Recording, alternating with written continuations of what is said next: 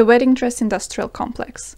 We know it, we see it, we feel it in our bones. I do not think about my wedding, I do think about my wedding dress all the time. It's in our movies, in the media that we consume, we discuss them in our families, we discuss strangers' wedding dresses too. It's closely linked with the wedding industry, but it is also different in a way. A-line, sweetheart neckline, strapless, mermaid silhouette. These are all terms now part of my vocabulary due to the hundreds of hours spent watching Say Yes to the Dress.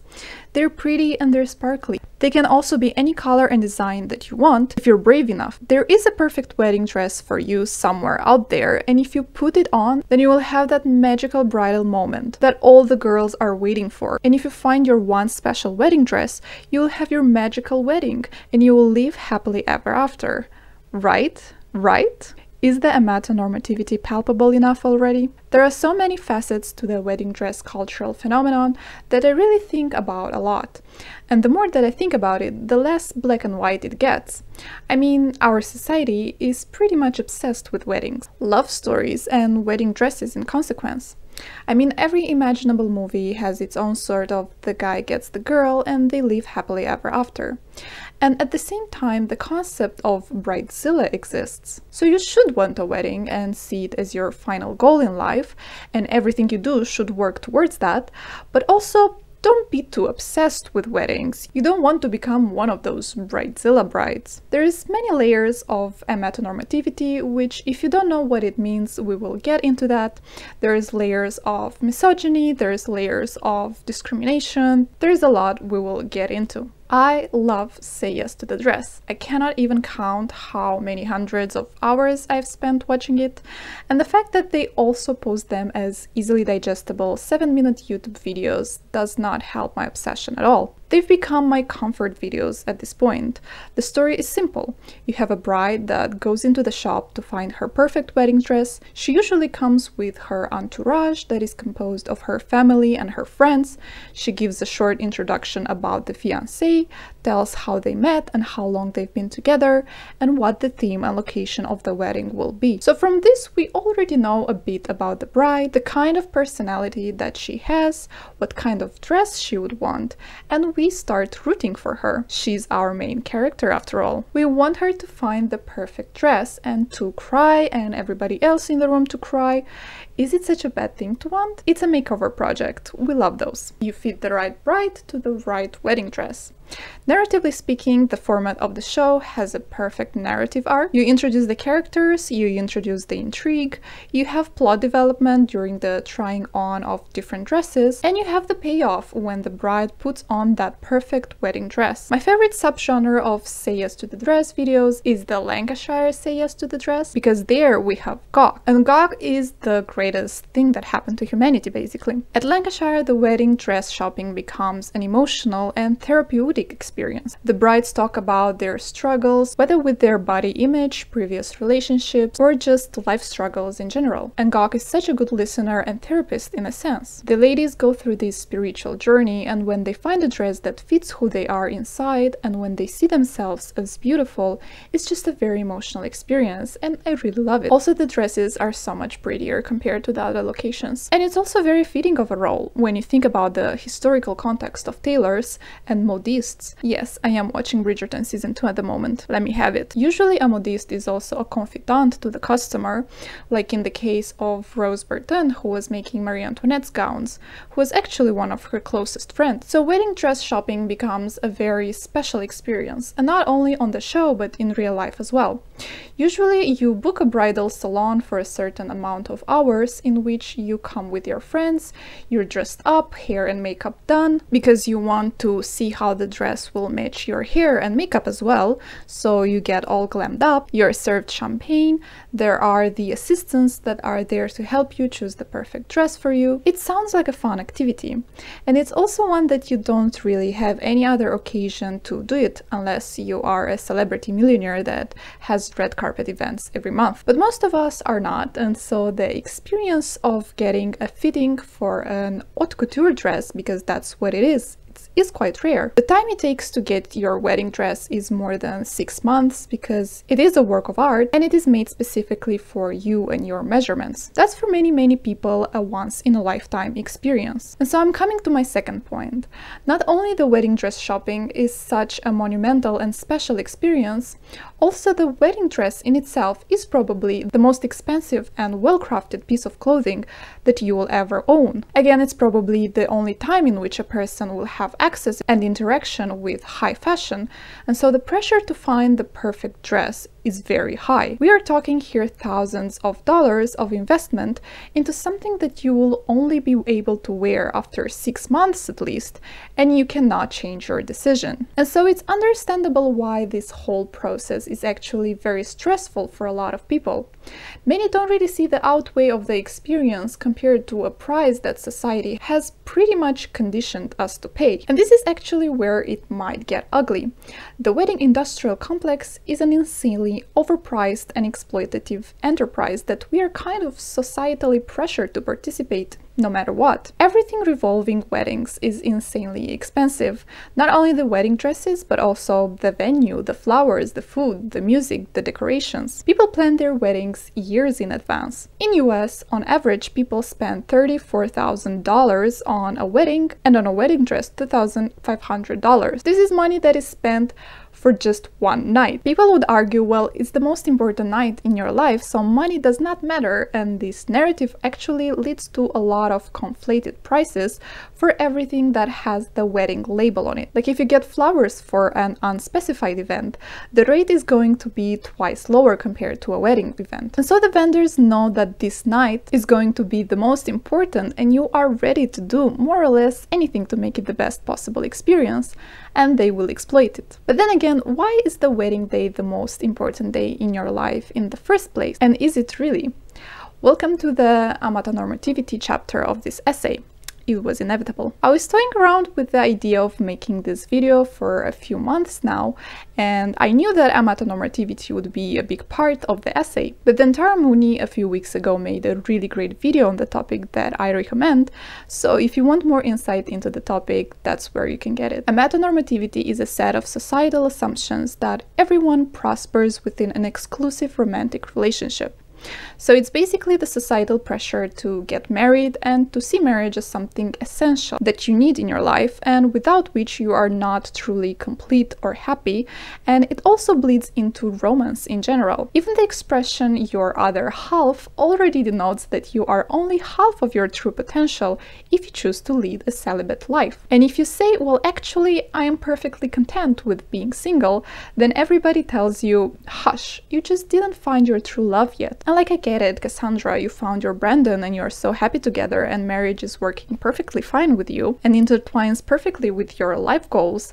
But what if I told you, just hear me out? It might be a bit controversial. What if I told you that not all people want the same thing in life? I'm sorry, you're right. But it's this thing that I, who considers myself quite a romantic person, I've come to ask myself these questions. Do my life goals and the things I think I need are truly what I think I need?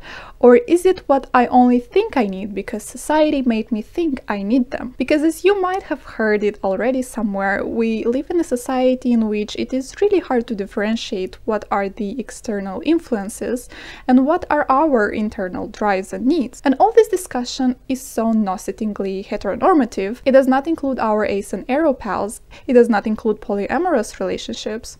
Because again, just because a lifestyle worked for some people, we assume that the same thing will work for every person on the planet. And that's just statistically impossible. I've been struggling with understanding and having a compassionate approach to people trying to enforce gender norms, heteronormativity, amatonormativity at all costs. And it clicked with me when I realized that these people just are trying to make other people happy, and they fail to do it so miserably. Oh my god, this strawberry ice cream is so amazing, you should try it. Oh no, I'm good. But this ice cream is making me very happy and I want you to be happy, so you need to eat this ice cream. I actually don't really like ice cream, and even if I had to have one, I would get something like stracciatella pistachio, but they don't have that here, so I'd rather not have anything. What the hell is a stranger mustachio? It doesn't even sound right. Anyway, here, you try the strawberry ice cream. Oh, I'm actually allergic to strawberries and to ice creams. so I'm also good. But I thought correlation equals causation. Now, none of my friends will ever be happy because they refuse to try the strawberry ice cream. Should we go get a lemonade? So when you have all this pressure to get married and preferably into a heteronormative relationship, you have got to make sure that you choose the right person because your whole happiness will depend on it, according to the society. And not only the right person, but also the right date, the right venue, the right guest list, the right photographer, and most importantly, the right dress. Because if not, Brandon will not want to marry you anymore. A lot of people are pushed sometimes into relationships that they don't feel particularly happy in, and subsequently marriages that they are not particularly happy in. And by a lot of people, I mean in a patriarchal society, a lot of women are pushed into marriages that don't really serve them. Since most of the time this could be due to pressure from society, pressure from family, financial pressure, when you feel you don't really have a say in who you're marrying, you start investing your time and energy into the one thing that you do have a say in, and that is your wedding dress. Because if you choose the perfect wedding dress, you might also have a perfect marriage. Historically, marriage was more of an economic contract. The man provides for the woman does the unremunerated domestic work, cooks, cleans and takes care of the house, gives birth and raises the children, is the family's unpaid therapist, and we call it equal exchange. Now, you still have to do all that, but also go to work and work 8 hours a day in a late-stage capitalistic society. And if you want to focus on only one thing, you want to build a career, invest yourself in your passions and aspirations, then everybody tells you that you'll never be truly happy unless you marry and have children. And if you do want to marry and build a family and have children, then you are a victim of the patriarchal society and there's no value to you unless you sell your soul to corporations. The only right way to do it is to do everything basically, apparently, but not too much at the same time, but also a lot. Wedding dresses and wedding ceremonies are symbols of the future marriage. And because of the so much pressure from society and the limited agency over our lives and future, we tend to focus on the one thing that we are given agency to make a decision on, and that is the wedding dress. It's like when life gets messy and your first instinct is to go chop all of your hair or dye it a crazy color in order to gain some control back into your life. It's a very similar feeling. But obviously not everyone is pushed into marriages that they don't want. Most of us are just watching Say Yes to the Dress and think about minute details of our future weddings and wedding dresses because it's just a fun project. I think there's a tendency of villainizing women having fun with their interests in general, like making fun of teenage girls and their interests, making fun of girls taking photos for their Instagram, making fun of chick flicks. Even Miss Bo Burnham over here, who provided us with absolute masterpieces like the Jeff Bezos song, could also not help himself and make another song in the same special, making fun of women taking cute pics for their Instagram. The song is called White Woman's Instagram, which already, sir, you are a white man making fun of white women.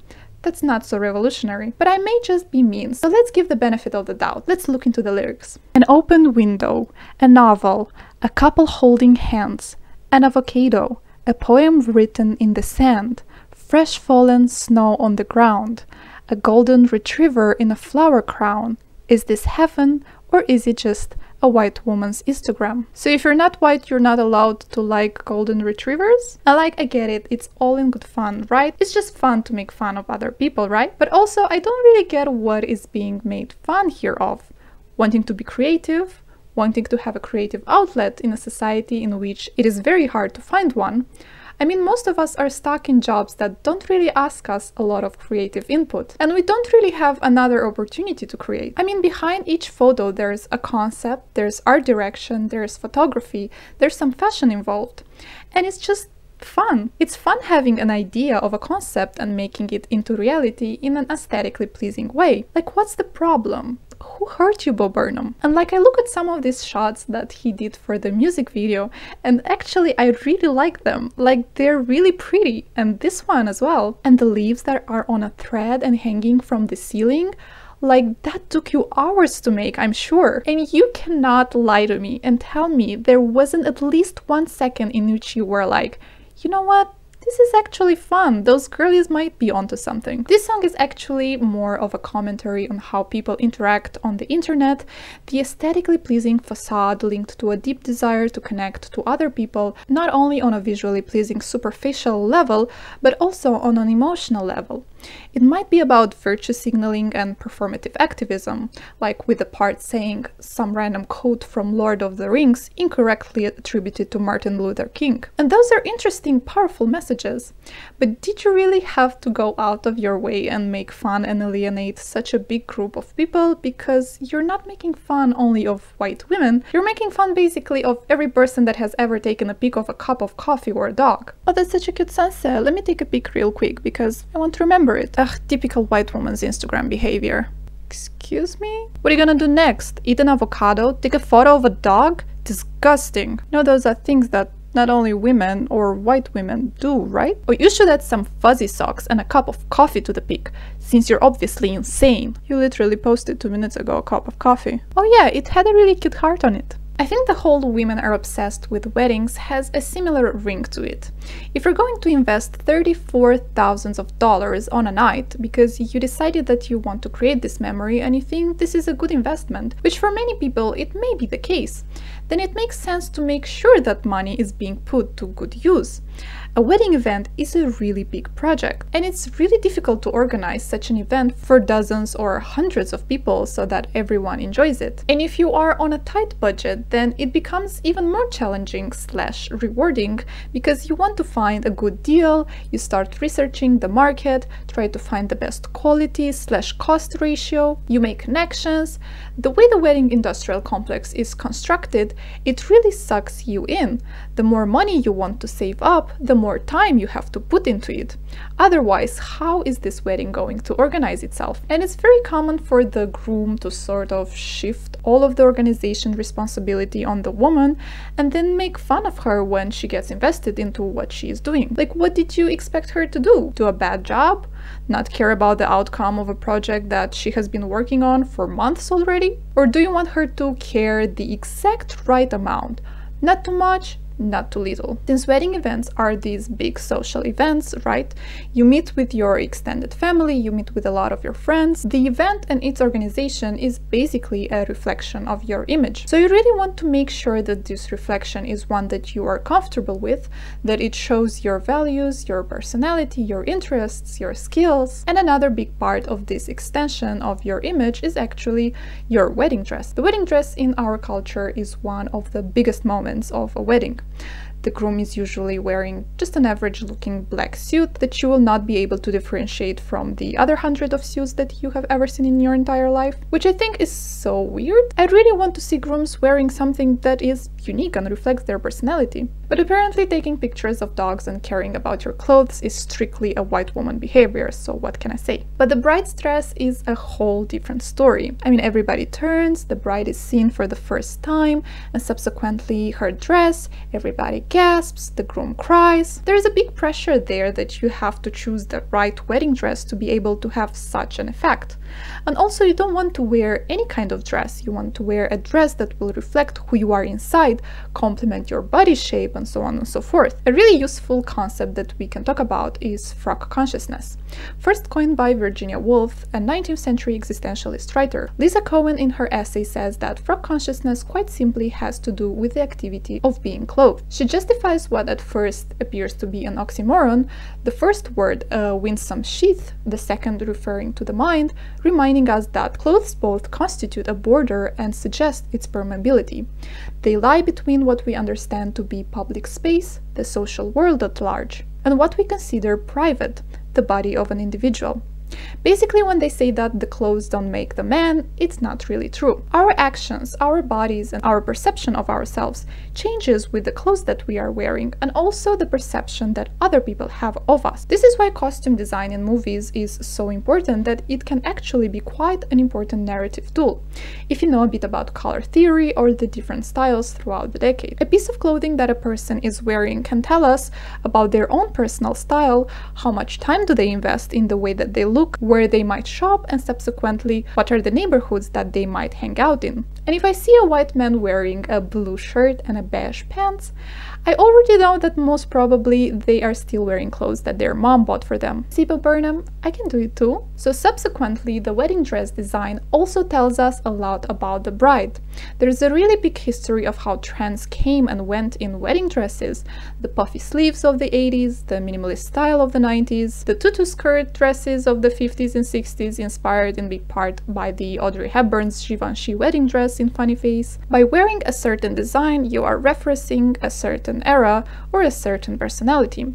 There's also this show called Something Borrowed, Something New, in which a bride comes with a vintage wedding dress that either her mother or her grandmother usually have worn during their weddings, but the bride is not too sure whether she also wants to wear it at her wedding. So the premise of the show is that they will take that vintage wedding dress, give it a modern spin, which in reality most of the time means that they will completely butcher and take the charm away from the vintage dress, making it look like something you can buy from Wish for $10. And then they will choose a brand new wedding dress, and the bride will have to choose between the new dress and the borrowed dress, aka the vintage dress that was part of history basically, and that now is completely butchered. And what do you think the bride chooses 90% of the time?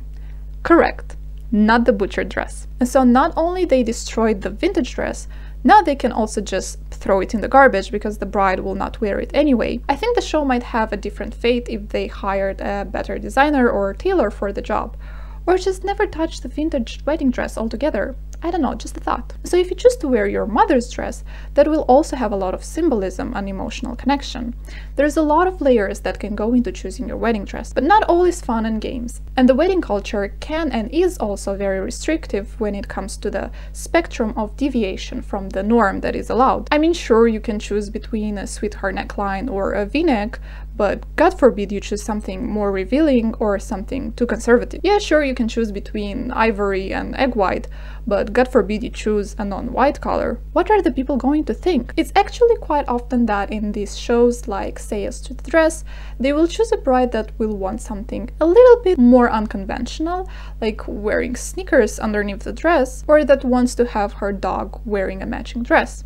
You gotta pull those views from somewhere, right? It's a reality show. Because of the globalization and westernization of the world, more and more people from different countries opt for a white wedding gown instead of a traditional one that they might have in that particular country. It would have been really great to see ethnic wedding dresses from different countries because usually they come with a lot of symbolism and deep cultural background. And then there's also a lot of discussion of what is allowed or appropriate to wear on your wedding day and what not, since religion might be a big part of the wedding ceremony and it might take place in a religious establishment. There are discussions like, I want to wear a church-appropriate dress that is also sexy, or my mom or my groom does not want me to get a dress that is too sexy. So it does seem that when getting a wedding dress, it is not only your own personality and values that you want to reflect, it is also everybody else's, or at least of the people that are closest to you. My favorite genre of Say Yes to the Dress moments is when a bride chooses a dress and is very excited about it and goes out to show it to her entourage, and then everybody tells her that the dress is not her. Like, ma'am, she literally chose the dress with her own hands, or maybe it does not correspond to the limited perception you have of her. Just some food for thought. Another big discussion that is surrounding wedding dresses is the weight of the bride, which again just proves how every aspect of the wedding industrial complex is feeding off people's insecurities.